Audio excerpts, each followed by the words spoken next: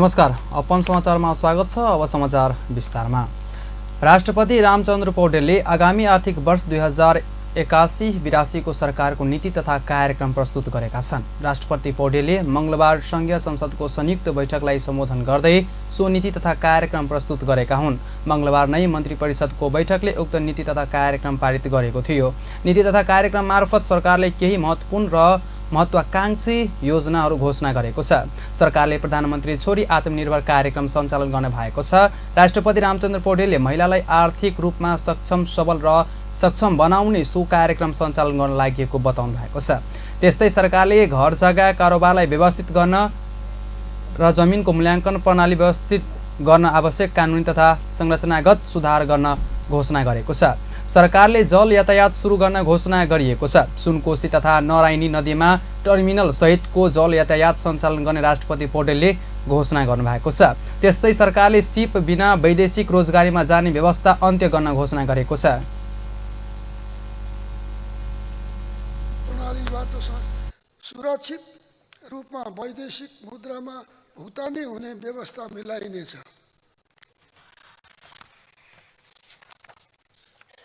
सार्वजनिक ऋणको विवेकपूर्ण छनौट गरी अधिकतम प्रतिफल प्राप्त हुने क्षेत्रमा परिचालन गरिनेछ। आन्तरिक ऋणको उपयोग पुँजी निर्माण तथा उत्पादनको क्षेत्रमा मात्र गरिनेछ। वैदेशिक सहायतालाई राष्ट्रिय आवश्यकता र प्राथमिकताको क्षेत्रमा परिचालन गरिनेछ। अति कम विकसित राष्ट्रबाट स्तरोन्नति पश्चात प्राप्त हुने अवसर एवं विविध क्षेत्रमा पर्ने असर तथा प्रभावको विश्लेषण गरी सो अनुरूप रणनीति तथा कार्यक्रम कार्यान्वयन गरिनेछ। नियमन र परिवेक्षणलाई दृढ गर्दै वित्तीय क्षेत्रलाई स्वस्थ, प्रतिस्पर्धी र भरपर्दो बनाइनेछ। बैंक तथा वित्तीय संस्था, लघु वित्त, सहकारी, बीमा र पुँजी बजारमा देखिएका समस्या समाधान गर्न विभिन्न समयमा भएका अध्ययनबाट प्राप्त सुझावहरू क्रमशः कार्यान्वयन गरिनेछ। लघु वित्तका ऋणीहरूको कर्जा पुनर्ताजकीकरण तथा पुनः संरचना गरिनेछ। व्यावसायिक वातावरण निर्माण गरी उद्योगी व्यवसायीको मनोबल बढाइ। पौडेलले श्रम बजारमा उपलब्ध जनशक्तिलाई दक्ष बनाउने, बजारको माग अनुसार उत्पादनशील रोजगारी प्रवर्धन गर्ने बताउनु भयो। उहाँले रोजगारी व्यवस्थापन र सिप विकासका लागि एकीकृत राष्ट्रिय रोजगार ढाँचा कार्यान्वयनमा ल्याइने बताउनु भयो। उहाँले वैदेशिक रोजगारीलाई सुरक्षित र मर्यादित बनाउन श्रम स्थानान्तरण गर्न नीति ल्याइने बताउनु भयो। सरकारले आगामी दशकलाई सूचना प्रविधिको दशक मनाउँदै 5000लाई रोजगारी दिने पनि घोषणा गरेको छ। राष्ट्रपति पौडेलले सूचना प्रविधिलाई डिजिटल आधारको रूपमा लिई सामाजिक आर्थिक रूपान्तरण गर्न आगामी दशकलाई सूचना प्रविधि दशकको रूपमा अगाडि बढाइने बताउनु भयो। सरकारले देशभरका 5 लाख भूमिहीनहरूलाई जग्गा उपलब्ध गराइने घोषणा समेत गरेको छ। भू उपयोग सम्बन्धी नीति बनाउने 3 तहकै सरकार बीच सहकार्य बढाउँदै भूमिबाट अधिकतम लाभ लिने गरी काम गर्ने पनि सरकारले जनाएको छ। राष्ट्रपति पौडेलले आर्थिक वर्ष 2081-82 को दशकलाई कृषिमा लगानी दशक घोषणा गर्नुभएको छ। पौडेलले आर्थिक वर्ष 2081-82 को दशकलाई कृषिमा लगानी दशक घोषणा गरी सरकारी, निजी, सहकारी तथा विकास साझेदारीको लगानी वृद्धि गरिने बताउनु भयो। सरकारले नेपालको आफ्नै भू उपग्रह स्थापना गर्ने भएको छ।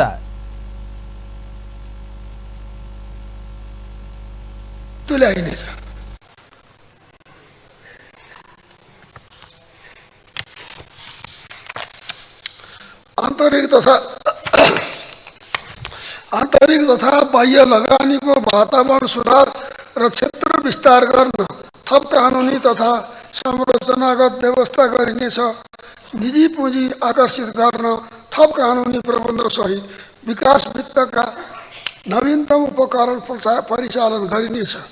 विश्वव्यापी रूपमा प्रचलनमा रहेका ऋण तथा अन्य विस्तृत स्वरूपका विदेशी लगानी भित्र्याउन सहजीकरण गरिनेछ।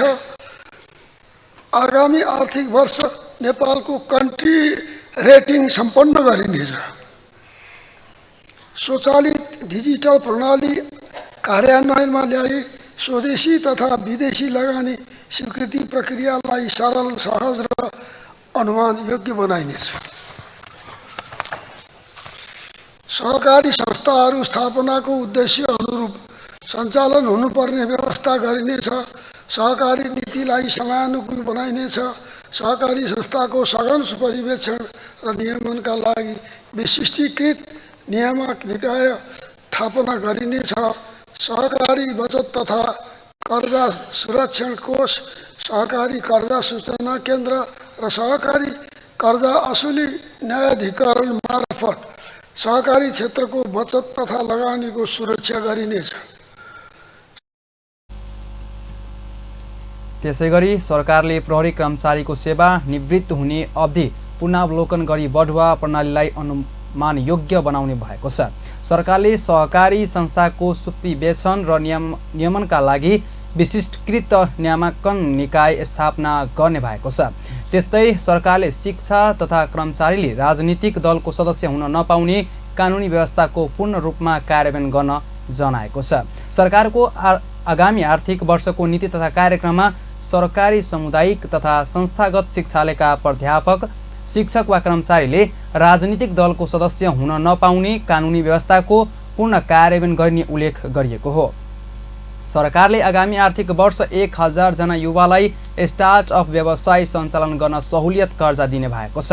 नवप्रवर्तन र स्टार्टअप राष्ट्रिय अभियान सञ्चालन गरिने पनि पौडेलले जानकारी गराउनु भएको छ। उपप्रधानमन्त्री तथा गृहमन्त्री रवि लामिछानेले सरकारले ल्याएको आगामी आर्थिक वर्षको नीति तथा कार्यक्रममा धेरै नयाँ कुराहरू आएको बताउनु भएको छ। मंगलबार प्रतिनिधि सभाको बैठकपछि सञ्चारकर्मीहरूलाई संक्षिप्त प्रतिक्रिया दिँदै गृहमन्त्री लामिछानेले नीति तथा कार्यक्रममा धेरै नयाँ कुराहरू आएको बताउनु भएको छ। उहाँले सबै मन्त्रालयले नयाँ कुराहरूलाई लिएर आएको भन्दै गृह मन्त्रालय अन्तर्गत प्रहरी कर्मचारीको निवृत्तिको समयलाई पुनरावलोकन गर्ने र बढुवा अनुमान योग्य बनाउने कुरा नयाँ भएको बताउनु भयो। उहाँले खुल्ला कारागारको कुरा पनि नयाँ भएको बताउनु भयो। गृहमन्त्री लामिछानेले नीति तथा कार्यक्रम कार्यान्वयनमा गएपछि मात्रै थप भन्न सकिने प्रतिक्रिया समेत दिनुभयो। कतिपय कुराहरू हुन सक्छ, तर नयाँ कयौँ कुराहरू आएका छन्। हाम्रा शिक्षामा तपाईँले हेर्नुभयो नयाँ कुराहरू आएका छैनन् र अन्य धेरै मन्त्रालय, श्रममा भन्नुहोस्, अन्य पनि मन्त्रालयहरू, हाम्रो मात्र भनेको छैन, कानुन मन्त्रालयकै कुराहरूमा तपाईँ हेर्न सक्नुहुन्छ, खानेपानी मन्त्रालयका कुराहरू हेर्न सक्नुहुन्छ। गृह मन्त्रालयमा नै अहिले हेर्नुहोस् हामीले चाहिँ सबै तहका प्रहरी कर्मचारीहरूको चाहिँ उहाँहरूको रिटायरमेन्ट टाइमलाई चाहिँ पुनरावलोकन गर्ने 16, 18, 30 वर्ष जुन कुराहरू भएको थियो त्यो कुरा आयो र अटोमेसन चाहिँ यो चाहिँ अनुमान योग्य यो चाहिँ बढुवाका कुराहरू, नयाँ कुराहरू आएका छन्। खुला जेल जहाँ चाहिँ नि श्रम गर्न सकिने, उद्योग सञ्चालन गर्न सकिने ओपन जेलका कुराहरूदेखि लिएर एनआइडीलाई इन्टिग्रेसनमा लिएर जाने यो सबै चिजलाई चाहिँ नि सहज बनाउने लगायतका धेरै कुराहरू छन्। यसको अर्थ के भने नि पुराना कुराहरू छँदै नभएका भने होइन, कतिपयको निरन्तरता छ। संसदको रमिता कहिले हट्ला भन्ने सञ्चारकर्मीहरूको जिज्ञासामा गृहमन्त्री लामिछानेले काङ्ग्रेसलाई सोध्नुपर्छ भन्ने जवाब दिनुभएको थियो।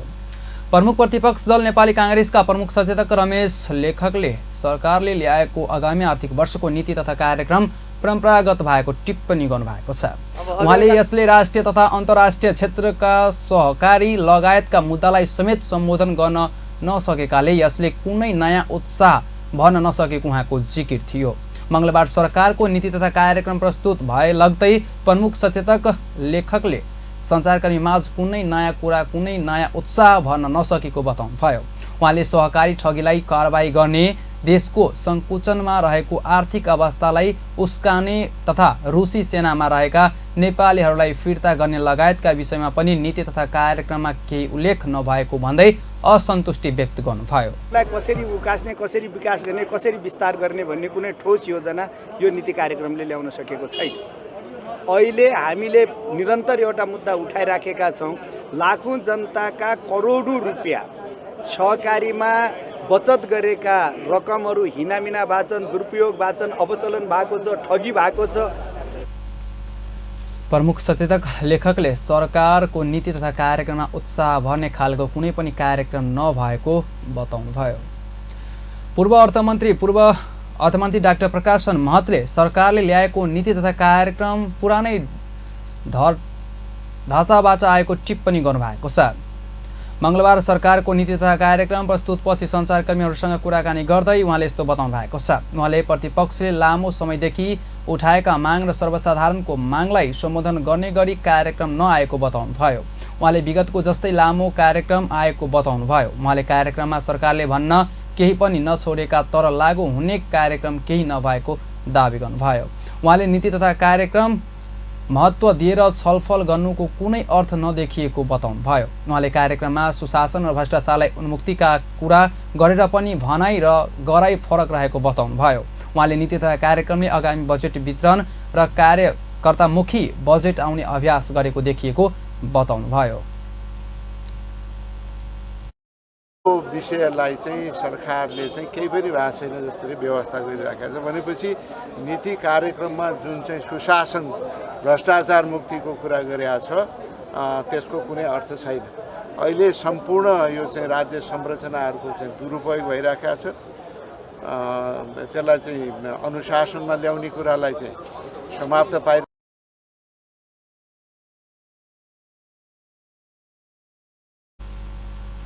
उहाँले सरकारले आफैले राज्य संरचनाको दुरुपयोग गर्दै सर्वसाधारण जनताको माग व्यवस्था गरेको आरोप समेत लगाउनुभयो। नेपाली उद्योग वाणिज्य महासङ्घका अध्यक्ष चन्द्रप्रसाद ढकालले सरकारले ल्याएको नीति तथा कार्यक्रम बजेटमा समावेश गर्न सके आशा जगाउन आएको प्रतिक्रिया दिनुभएको छ। मङ्गलबार राष्ट्रपति रामचन्द्र पौडेलले संसदको संयुक्त बैठकमा आगामी आर्थिक वर्षको नीति तथा कार्यक्रम प्रस्तुतपछि सञ्चारकर्मीहरूसँग प्रतिक्रिया दिँदै उहाँले यस्तो बताउनु भएको छ। उहाँले नीति तथा कार्यक्रमका प्रतिबद्धता अनुसार सरकारले बजेट ल्याए निजी क्षेत्र सकारात्मक रहेको बताउनुभयो। उहाँले नीति तथा कार्यक्रम राम्रो भए पनि सरकारले गर्ने कार्यान्वयनमा भर पर्नुपर्ने बताउनुभयो। उहाँले सरकारले नीति तथा कार्यक्रममा निजी क्षेत्रसँग सहकार्य गर्ने धेरै कार्यक्रमहरू ल्याएको बताउनुभयो। उहाँले सरकारले नीति तथा कार्यक्रममा कृषि र उत्पादनलाई प्राथमिकतामा राख्नु सकारात्मक भएको बताउनुभयो। उहाँले बजेटमा सम्बोधन गरी कार्यान्वयनमा लैजान सके आशा जगाउने खालको कार्यक्रम रहेको समेत खुसी व्यक्त गर्नुभयो। अब यो मैले यहाँलाई अगाडि पनि भने जनरली नीति कार्यक्रमहरू चाहिँ आउँदाखेरि चाहिँ प्राय राम्रै चाहिँ कुराहरू चाहिँ आइराखेको हुन्छ। त्यो इम्प्लिमेन्ट चाहिँ हुने र त्यसबाट आउने चाहिँ रिजल्टहरूमा चाहिँ भर पर्ने चाहिँ हुन्छ। त्यो अहिलेको जुन नीति कार्यक्रम पनि अब यहाँले चाहिँ हेर्दाखेरि चाहिँ के देखिन्छ कृषिलाई चाहिँ प्रायोरिटी, रोजगारीको चाहिँ कुराहरू र सर्टेन चिजहरू कतिपय चिजहरू हामीले निजी क्षेत्रले चाहिँ दिएको चाहिँ सुझावहरू पनि भनेर चाहिँ गरेको छ। उहाँले सरकारले नीति तथा कार्यक्रमको प्रतिबद्धता र अर्थतन्त्रमा देखिएको शिथिलता हटाउने गरी अब बजेट आउनुपर्ने उल्लेख समेत गर्नुभयो। प्रमुख प्रतिपक्ष दल नेपाली काङ्ग्रेसले अवरुद्ध पारेपछि प्रतिनिधि सभाको बैठक पनि स्थगित भएको छ। मङ्गलबारको प्रतिनिधि सभा बैठकमा राष्ट्रपति रामचन्द्र पौडेलले प्रस्तुत गर्नुभएको आगामी आर्थिक वर्षको नीति तथा कार्यक्रम संसदमा प्रस्तुत गर्ने र राष्ट्रपति पौडेललाई धन्यवाद ज्ञापन गर्ने कार्यसूची रहेको थियो। तर विषयमा प्रवेश गर्न नपाउँदै नेपाली काङ्ग्रेसले नाराबाजी गरी अवरुद्ध गरेसँगै बैठक आजका लागि स्थगित गरिएको हो। काङ्ग्रेसले उपप्रधान एवं गृहमन्त्री रवि लामिछानेले माथि सहकारी ठगी प्रकरणमा सरकारले संसदीय छानबिन समिति बनाउन माग गर्दै आएको छ। अर्को बैठक जेठ 3 गते बिहिबार 11 बजे बस्ने गरी बोलाइएको छ। अब सानो व्यावसायिक विश्रामपछि बाँकी समाचार। कहाँ पुग्यो तिनीहरू? हामीहरू हिँड्दै जाउँ न, तिनीहरू आउँदै गर्छन्। बाटै छैन त यार यहाँ अगाडि। भनेपछि हराइयो। फोन पनि अफिसको मेरो यसरी हान त। No signal. के गर्ने अब? तेरो फोनले त तेरो एनटिसीको सिम होइन?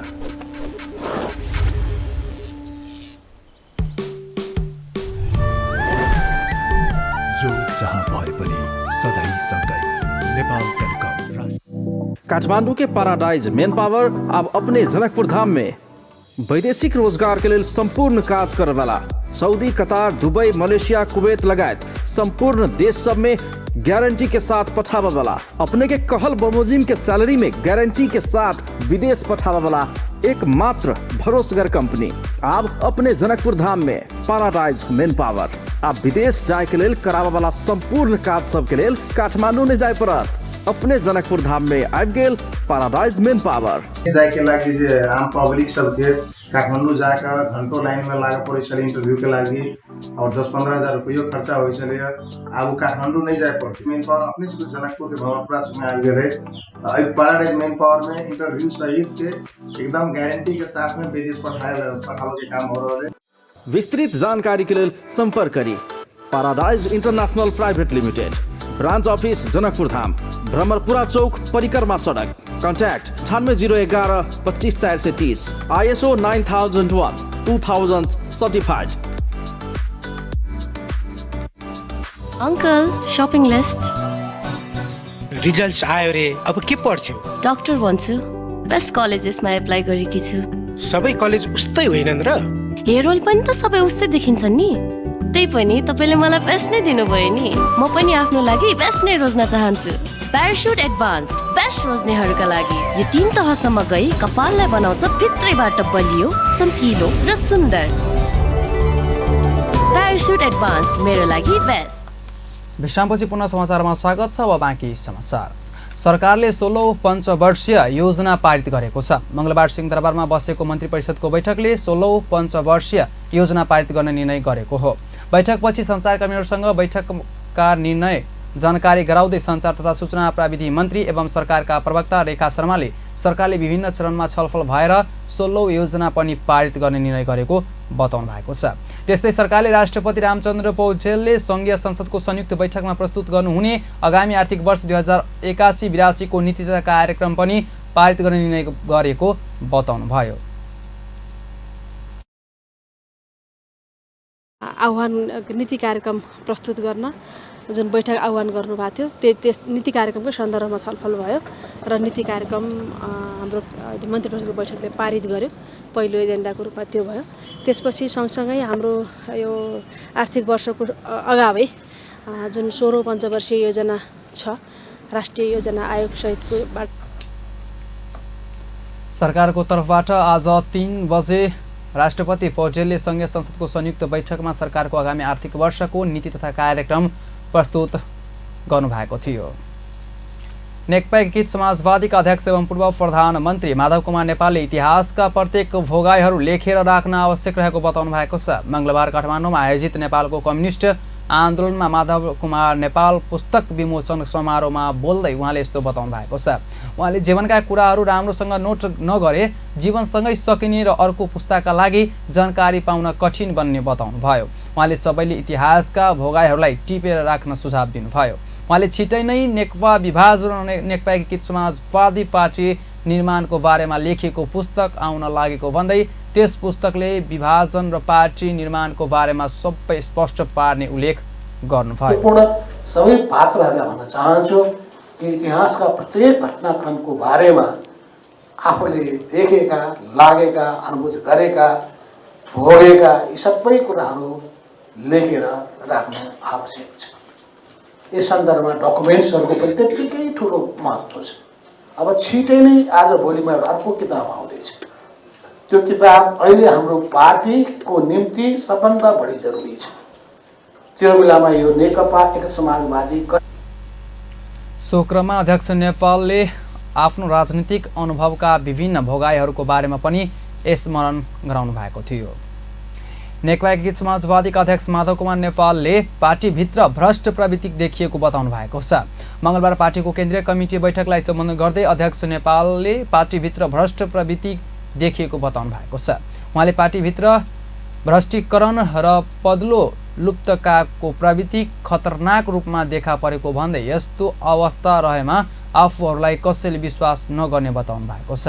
उहाँले आफूहरूले राजनीतिको भ्रष्टीकरण विरुद्धमा स्पष्ट अडान र तदनुरूपको गतिविधिहरू सञ्चालन गर्नुपर्ने आवश्यकता रहेको बताउनु भयो। त्यस अर्थमा हामीले यी असन्तुष्टिहरूलाई पनि राम्रो ढङ्गले त्यसलाई प्रष्ट पार्ने, सन्तुष्टता कसरी पार्न सकिएला र एकछिनको लागि चित्त बुझाउने र विश्वास दिलाउने हाम्रो कोसिस हुनुपर्दछ। तर सबैभन्दा ठुलो कुरो के छ भने हाम्रो पार्टीभित्र पनि, कम्युनिस्ट आन्दोलनभित्र पनि, नेपालको राजनीतिमा पनि यो भ्रष्टीकरणको प्रवृत्ति, पदलोलुपताको प्रवृत्ति पदको निम्ति मरिहत्ते गर्ने प्रवृत्ति बडो खतरनाक रूपमा देखा परेको छ। अध्यक्ष, नेपालले राजनीतिक समीकरण दिनदिनै परिवर्तन भइरहेको भन्दै सोचे भन्दा अलग ढङ्गले अगाडि बढिरहेको बताउनुभयो। उहाँले कतिपय शक्तिहरू षड्यन्त्रपूर्ण ढङ्गले सबै पार्टीभित्र अन्तर्विरोध पैदा गरेर शक्ति वृद्धि गर्न लागेको बताउनुभयो। बढ्ला भन्यो अर्को ढङ्गले अगाडि बढ्न पर्नेछ, किनभने कतिपय शक्तिहरू अत्यन्तै षड्यन्त्रपूर्ण ढङ्गबाट लागेका छन्। जसरी पनि आफ्नो शक्ति वृद्धि गर्ने बाई हुक और बाई क्रुक, साम दाम दण्ड भेद सबैको प्रयोग गरेर सबै पार्टीभित्र अन्तर्विरोध पैदा गरेर विभिन्न पार्टीका कार्यकर्तालाई प्रलोभन दिएर आफ्नो पक्षमा ल्याउनका लागि, तान्नका लागि उहाँले वर्तमान सत्ता समीकरणमा बस्ने कि नबस्ने भन्ने निर्णय गर्नुपर्ने अवस्था रहेको पनि स्पष्ट पार्नुभयो। अध्यक्ष, नेपालले पार्टीका मन्त्रीहरूप्रति नेता कार्यकर्ताहरूको धेरै गुनासो आएको भन्दै पार्टी र कार्यकर्ताहरूसँगको सम्बन्धलाई राम्रो बनाउन मन्त्रीहरूलाई निर्देशन पनि दिनुभयो। सत्तारूढ प्रमुख घटक नेकपा एमालेका वरिष्ठ उपाध्यक्ष ईश्वर पोखरेलले नेपाललाई वायरस हस्तक्षेपबाट मुक्त गराउन पनि एमालेलाई बलियो राष्ट्रिय शक्ति बनाउन आवश्यक रहेको बताउनु भएको छ। नेपाल बाह्य हस्तक्षेपको शिकार भइरहेको उल्लेख गर्दै उहाँले बाह्य शक्तिको हेपाइबाट जोगिन पनि एमाले बलियो शक्तिको रूपमा उदाउन जरुरी रहेको बताउनु भयो। वरिष्ठ उपाध्यक्ष मुलुकलाई बाह्य हस्तक्षेप हुन नदिन पार्टीका अध्यक्ष केपी शर्मा ओलीले सरकारको नेतृत्व लिएको बेला काम गरेको समेत स्मरण गराउनुभयो। राष्ट्रिय युवा सङ्घ नेपालले मङ्गलबार काठमाडौँमा आयोजना गरेको एक कार्यक्रममा बोल्दै उहाँले कहिल्यै पराधीन नभएको मुलुकको राष्ट्रिय स्वाधीनतालाई बचाइराख्न पनि एमाले बलियो शक्ति हुनुपर्ने भएकाले पार्टीको सो अभियान चलाएको पनि स्पष्ट पार्नुभयो। वरिष्ठ उपाध्यक्ष पोखरेलले पार्टीलाई बलियो राष्ट्रिय शक्तिमा बदल्ने गरी अघि बढ्न पनि पार्टीका नेता कार्यकर्तालाई सचेत गराउनुभयो। जनसङ्गठनहरू सुदृढ हुनु पर्यो र वास्तवमा त्यो आवश्यकता पुरा गर्न सकिन्छ। होइन भने यत्र ठुला शक्ति राष्ट्रहरूको बिचमा हामी छौँ।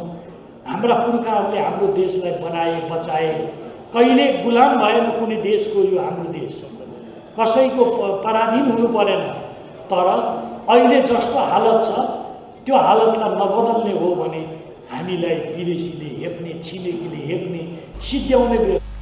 वरिष्ठ उपाध्यक्ष पोखरेलले पार्टीका नेता कार्यकर्ताहरूलाई भ्रष्ट खालका कुनै पनि गतिविधिमा संलग्न हुने पनि निर्देशन दिनुभयो। अवसान व्यावसायिक विश्रामपछि बाँकी समाचार। टाढाबाट त अनुहार स्पटलेस ग्लोइङ देख्न सजिलो छ, तर नजिकबाट अनुहारमा डार्क स्पट्स र डार्क सर्कल्सहरू देखिहाल्छ। Pond's bright beauty pro vitamin B3A+ formula घटाउँछ डार्क स्पट्स र डार्क सर्कल्सहरू र दिन्छ स्पटलेस ग्लो। पाउनुहोस् स्पटलेस ग्लो नजिकबाट पनि। Pond's bright beauty. भ्यासलिनको ग्लिसरिन र जेली फर्मुला त्वचाको 10 लेयर भित्र गई सुक्खापनलाई फेरि आउनबाट रोक्दछ। नियमित रूपमा भ्यासलिन प्रयोग गर्नुहोस्, सुक्खापनलाई टाढा राख्नुहोस्। जब केस है मजबूत तब लागत आरो सुंदर। असली आंवला डाबर आंवला। धुलो र पोल्युसनले मेरो अनुहारको चमक नै हराइसक्यो। तपाईलाई चाहिन्छ गोट मिल्कले समृद्ध Parachute skin pure goat milk face wash, जसले तपाईको मुहारलाई बनाउँछ चम्किलो र उज्यालो। Parachute skin pure goat milk brightening face wash orange र एलोभेरा भेरिएन्ट्समा पनि उपलब्ध छ। New Parachute Sun Protect Cream, enriched with natural saffron extracts. It blocks 98% of harmful sun rays and creates a personal sunshade that always travels with you. Parachute Skin Pure Sun Protect with SPF 50 PA++.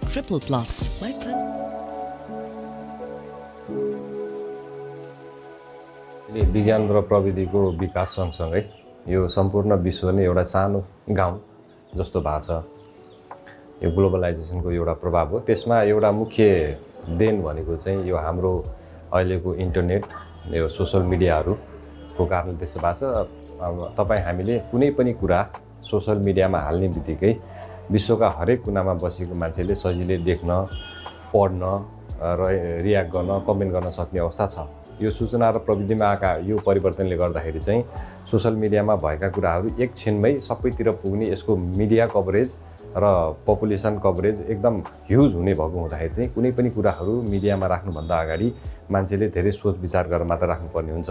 आजकल social मिडियामा कुनै पनि कुराहरू राख्दाखेरि मान्छेले सोच विचार गर्नुपर्छ। यसरी सोसियल मिडियामा राखेका कुराहरूले सबैतिर प्रभाव पार्ने भएको हुँदाखेरि चाहिँ नकारात्मक सन्देश दिने खालका, समाजमा सामाजिक सद्भाव खलबलिने खालका, धार्मिक सद्भाव खलबलिने, राष्ट्रको सार्वभौम सत्ता, शान्ति सुव्यवस्था खलबलिने खालका समाचारहरू पोस्ट गर्ने जस्ता कामहरू नगराउनु हुन तथा त्यस्ता पोस्टहरू सेयर गर्ने, कमेन्ट गर्ने, लाइक गर्ने काम समेत पनि नगर्नु हुन चाहिँ जिल्ला प्रहरी कार्यालय धनुषा हार्दिक अपिल गर्दछ। सोसल मिडियामा अहिले सामान्य नागरिकले मात्र चलाउने नभइकन कतिपय मिडियाका पनि फेसबुक पेजहरू, वेबसाइटहरू भएको कारणले चाहिँ मिडियाका साथीहरूले विशेष गरेर अघि मैले उल्लेख गरेको जस्ता सामाजिक संवेदनशील कुराहरू, कुनै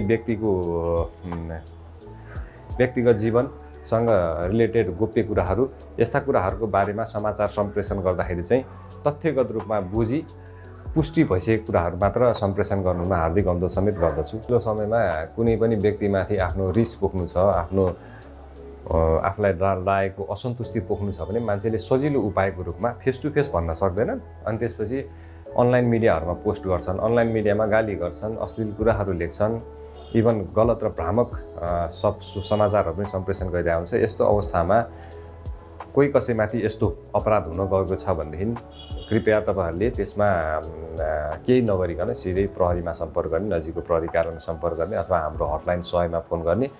केही वर्ष अगाडि संयुक्त परिवारमा बसिरहेको अवस्थामा अहिले हामी सबैको हातमा एउटा मोबाइल छ भने बच्चादेखि बुढोसम्म एउटै संयुक्त परिवारमा भलाकुसारी गर्ने ठाउँमा एक्लै सामाजिक सञ्जालमा एकदम घोरिएर लागेको अवस्था एकातिर छ भने एकातिर हाम्रा साना बाबु नानीहरूलाई आमाहरूले छोराछोरी रोयो भने चाहिँ मोबाइल दिने चलन छ, चुप लाग्यो। तर त्यो बच्चाको मानसिक विकास कसरी हुन्छ त? त्यो दिमागै ठप्प भएको अवस्था हुन्छ, उसले अगाडि सिकाउने प्रक्रिया चाहिँ रोकिया हुन्छ र एकहोरो उसको मस्तिष्क हुन्छ। एउटा त्यो नकारात्मक पक्ष छ भने युवा युवतीहरूले पनि चलाइरहेको र हिजो आज हामीले आत्महत्याका घटना बढ्दो, युवा युवती फेसबुकबाट प्रेम विवाह गरेको भन्ने कुरा सोध्छौँ। फेसबुकमा एउटा कुरा हेरे आउँछ, अगाडि हेर्दा अर्को कुरा देखिया छ, त्यसले गर्दा नकारात्मक असर छ भने हामीहरू मुभीहरू हेर्छौँ, फिल्महरू हेर्छौँ, त्यसबाट राम्रो कुरा नलिएर नराम्रा आपराधिक घटनामा पनि संलग्न भएको युवा युवतीहरू पाइएको छ। र हामीले चलाइरहेका मोबाइलहरू कुनै पनि सामाजिक सञ्जाल त्यसलाई हामीले कन्ट्रोल गर्न सिक्नुपर्छ। हामीले अरूलाई यसरी खोल, यसरी बन्द गर, मेरो पासवर्ड यो त खोलिदिए मलाई आउँदैन भन्ने कुराहरू कसरी बन्द गर्ने, हामीले आफ्नो पुरै बायोडाटा सामाजिक सञ्जालमा कहिलेकाहीँ हामी घरमा ताला लाएर बाहिर घुम्न जान्छौँ, बाहिर घुम्न जाँदा आज हामी यो ठाउँमा पुग्यौँ भन्छौँ, भोलि हाम्रा नजिकका मान्छेहरूले यसको घरमा त मान्छे छैन, आपराधिक घटना घरमा आएर हुन्छ, सफ्टवेयरहरू ह्याक गर्ने भन्छ। यो पनि एउटा सामाजिक सञ्जालको दुरुपयोगै हो। आज विभिन्न राष्ट्रहरूको नेपालकै कुरा गर्दा ठुल्ठुला सङ्घ संस्थाहरूको पनि सफ्टवेयरहरू ह्याक गर्यो, यति घन्टालाई भयो भन्ने सुनिन्छ भने यो सामाजिक सञ्जाल एकदम राम्रो छ। तर नियमनकारी निकायले चाहिँ यसलाई कसरी कन्ट्रोलमा राख्न सक्छ र नकारात्मक कुराहरूलाई कसरी न्यून गर्न सक्छ र सकारात्मक कुरालाई अगाडि आयो भने चाहिँ हाम्रो लागि धेरै राम्रो भन्ने मेरो बुझाइमा छ।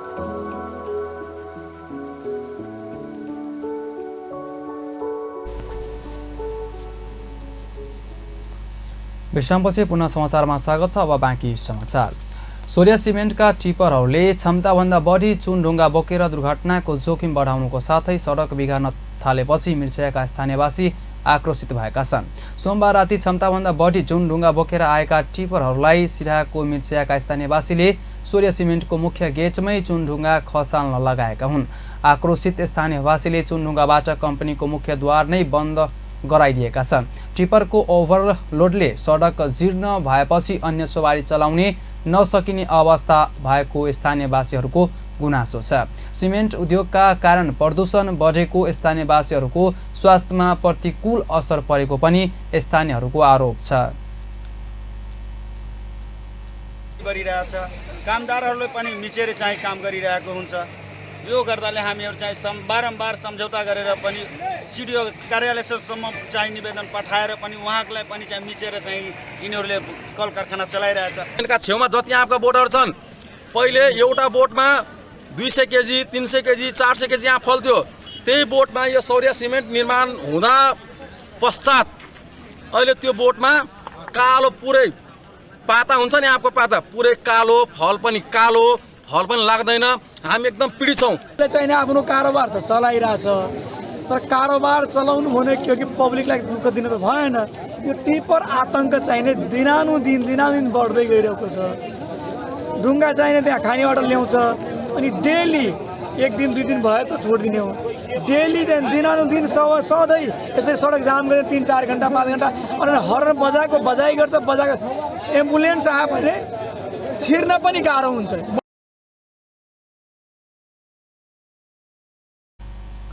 सूर्य सिमेन्ट उद्योगका लागि सिन्धुलीको काकुर खोलाबाट उदयपुरको कचारी नगरपालिका हुँदै मिर्सया आउने गरेको टिपर भार बोक्ने क्षमताभन्दा दोब्बर चुनढुङ्गा बोक्ने गरेको पनि उनीहरूको आरोप छ। ओभरलोड चुनढुङ्गा बोक्ने टिपरहरूलाई ट्राफिकले समेत कारवाही नगरेको उनीहरूको आरोप छ। यसैबीच सिराको मिर्सया नगरपालिकाका मेयर श्रवण कुमार यादवले सौर्य र मारुति सिमेन्ट उद्योगका कारण भइरहेको समस्या समाधानको माग गर्नुभएको छ।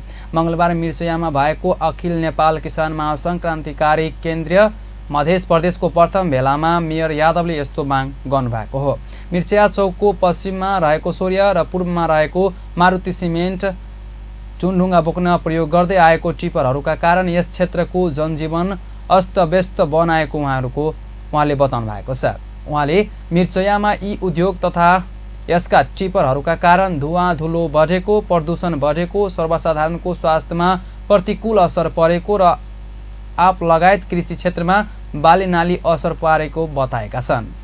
पश्चिममा सूर्य सिमेन्ट छ। यो उद्योगका प्रदूषणले गर्दा जुन चाहिँ उत्तरी भागमा जति आँपका बोटहरू छन् त्यो आँपका बोटहरूमा सबै त्यो डस्ट जम्मा भएर आँप फल्न पनि छोडिसकेको छ र बाली नाली उब्जनीमा पनि ठुलो चाहिँ किसानलाई शास्ति भोग्नु परेको छ र जुन आधुनिक प्रकारको उद्योग सञ्चालन गर्छु भन्ने किसानहरूसँग बाचा गरेको थियो, त्यो बाचा अनुसारको त्यो उद्योग सञ्चालन भएको छैन र प्रदूषण तीव्र रूपमा बढेकोले चाहिँ यहाँका पब्लिकहरू पनि र आम रूपमा जनताहरू बाटोघाटो हिँड्दा पनि ठुलो शास्ति भोग्न परेको अवस्था छ। मेयर यादवले सौर्य तथा मारुति सिमेन्टले विगतमा गरेको वाचा पूरा नगरेको पनि आरोप लगाउनु भएको छ। टिपरका कारण सडक बिग्रिएको र दुर्घटनाको जोखिम समेत बढेपछि यी कम्पनीहरूले वैकल्पिक सडक प्रयोग गर्ने वचन दिए पनि पूरा नगरेको मेयर यादवको भनाइ थियो। यसपटक पनि धनुषाबाट साउदी जान लागेका हज यात्रीको टोली काठमाडौँ प्रस्थान गरेको छ। मङ्गलबार हज यात्रा कमिटीको अगुवाईमा धनुषाबाट 19 जनाको टोली साउदीको मक्का मदिरा जान लागेको काठमाडौँ प्रस्थान गरेको हो। टोलीमा ताहिर, नदाफ, मौलाना इसा बरकाती सहितका मुस्लिम धर्मावलम्बीहरूले रहेका छन्। उनीहरू बिहिबार साउदीका लागि प्रस्थान गर्नेछन्। यस वर्ष हज यात्रामा कुल 753 जना नेपाली मुस्लिम साउदी अरबको मक्का पुग्ने नेपाल हज समितिका अध्यक्ष इस्लामुल्लाह मियाले जनाएका छन्। हज यात्रामा सर्वाधिक हज यात्री सुनसरीका हुनेछन्। सुनसरीबाट 156 मुस्लिम हजका लागि जाने भएका छन्। सबभन्दा कम 1 जना मात्र हज यात्री चितवनको हुनेछ। सुनसरीपछि दोस्रोमा बाँकेबाट हजमा जानेहरूको सङ्ख्या 113 रहेको छ। त्यस्तै कपिलवस्तुबाट 86, रूपन्देहीबाट 57, सप्तरीबाट 41, महोत्तरीबाट 40, रौथट र पर्साबाट 38, मोरङ र धनुषाबाट 19 र सिराबाट 15 जना मुस्लिम हजमा जाने भएका छन्।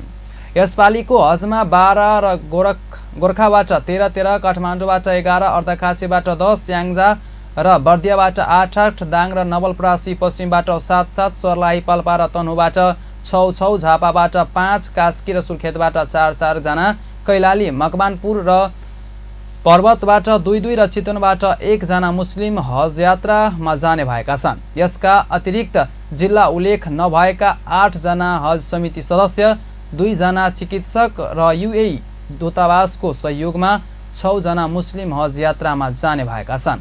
सबै 753 हज यात्री जम्मा 6 वटा उडानबाट जेठ 2 गतेदेखि 6 गतेसम्म साउदी अरबको जेहा इन्टरनेसनल एयरपोर्टको लागि उड्नेछन्। उनीहरू मदिना एयरपोर्टबाट फर्किनेछन्। हज यात्रीको पहिलो उडान जेठ 2 गते बुधबार साँझ 6:30 हुनेछ। उनीहरू मदिना एयरपोर्टबाट 29 जुनका दिन नेपाल फर्किने कार्यक्रम रहेको छ। हज यात्रीको अन्तिम उडान जेठ 6 गते आइतबार बिहान 5 बजे हुनेछ। उनीहरू जुलाई 3 तारिकका दिन मदिना एयरपोर्टबाट घर फर्किनेछन्। नेपालका प्रथम राष्ट्रपति डाक्टर रामवरण यादवले संविधानलाई बचाएर लैजानुपर्ने आवश्यकता रहेको बताउनु भएको छ। मंगलबार काठमाडौँमा आयोजित नेपालको कम्युनिस्ट आन्दोलनमा माधव कुमार नेपाल पुस्तक विमोचन समारोहमा बोल्दै उहाँले यस्तो बताउनु भएको छ। उहाँले अहिलेको संविधान लोकतान्त्रिक गणतान्त्रिक संहिता सहितको र समावेशी तथा समानुपातिक रहेको बताउनुभयो। उहाँले संविधान बचाएर लैजाने सबै नेपालीको जिम्मेवारी रहेको बताउनुभयो। उहाँले नेकपा एमालेका अध्यक्ष केपी शर्मा ओली संसदको विघटन गरेको कुराप्रति इङ्गित गर्दै उहाँले संविधानै सकिने अवस्थाबाट नेकपा एकीकृत समाजवादीका अध्यक्ष माधव कुमार नेपालले संविधान बचाउन ठूलो भूमिका खेलेको बताउनुभयो। संविधानलाई संशोधन गरी समयानुकूल बनाउन आवश्यक हुने पनि बताउनुभयो।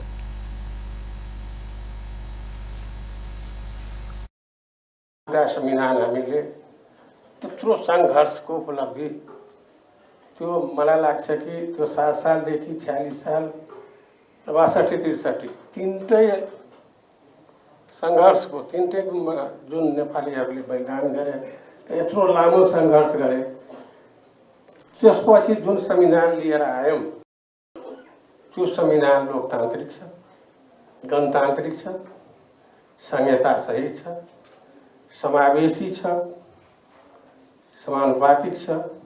अहिले पनि रावतार के भन्छ पासवान मेरै जिल्लाको प्रथम राष्ट्रपति यादवले आगामी दिनमा पनि झन्नै राम्रा काम गर्दै अघि बढ्नुपर्ने नेकपा एकीकृत समाजवादीका अध्यक्ष माधव कुमार नेपाललाई आग्रह समेत गर्नुभएको थियो। सर्वोच्च अदालतमा पहिलो पटक अनलाइन मुद्दा दर्ता प्रणाली र पेशीको सूचना स्वचालित रूपमा पठाउने प्रणालीको शुभारम्भ भएको छ। मंगलबार सर्वोच्च अदालतमा एक कार्यक्रमबीच प्रधान न्यायाधीश विश्वम्भर प्रसाद श्रेष्ठले अनलाइन रिट निवेदन दर्ता गर्ने प्रणालीको शुभारम्भ गर्नुभएको हो। शुभारम्भ कार्यक्रममा बोल्दै उहाँले नेपालमा पहिलो पटक अनलाइन रिट निवेदन दर्ता गर्ने प्रणाली शुभारम्भ भएको बताउनु भएको छ। उहाँले न्यायालय मुद्दाका पक्ष कानुन व्यवसाय लगायत सबैका लागि सहज हुने विश्वास व्यक्त गर्नुभयो। उहाँले छिटो छरितो न्याय सम्पादन हुने अदालत आइरहनु नपर्ने र नेपालका जुनसुकै ठाउँबाट पनि दर्ता गर्न सक्ने कुरामा यसले सहज भूमिका खेल्ने बताउनु भएको छ। उहाँले आजैबाटै पेशी तरिकाको तारिखको जानकारी दिने प्रणाली पनि शुभारम्भ भएको जानकारी दिनुभयो। मैले नेपाल बारका अध्यक्षज्यू हुनुहुन्छ, सरकारका बारका अध्यक्षज्यू हुनुहुन्छ, महासचिव हुनुहुन्छ, सचिवज्यू, उहाँलाई म के आग्रह गर्न चाहन्छु, अब यस्तो प्रविधिको बारेमा सबैले थाहा पाउँ। बारका वास्तवमा दर्ता गर्ने भनेको बारबाट आउने दर्ता त हो नि। त्यसैले सम्पूर्ण बारका मित्रहरूले यसमा पोजिटिभ रूपमा यसलाई चाहिँ सफल पार्ने काममा लाग्नुपर्छ। यो भयो भने अदालतमा आइरहनु नपर्ने, उहाँदेखि चाहिँ धेरै टाढादेखि। प्रधान न्यायाधीश श्रेष्ठले प्रविधिसँग जोडिने सबै कानुन कर्मीहरूसँग आग्रह गर्नुभयो। उहाँले पेशी तारिख दिने अनलाइन पद्धति सबै जिल्ला अदालतमा हुनुपर्ने बताउनुभयो। उहाँले तारिख प्रणाली पनि अटोमेसिन दिने कुरामा पनि जोड दिन आवश्यक रहेको बताउनुभयो।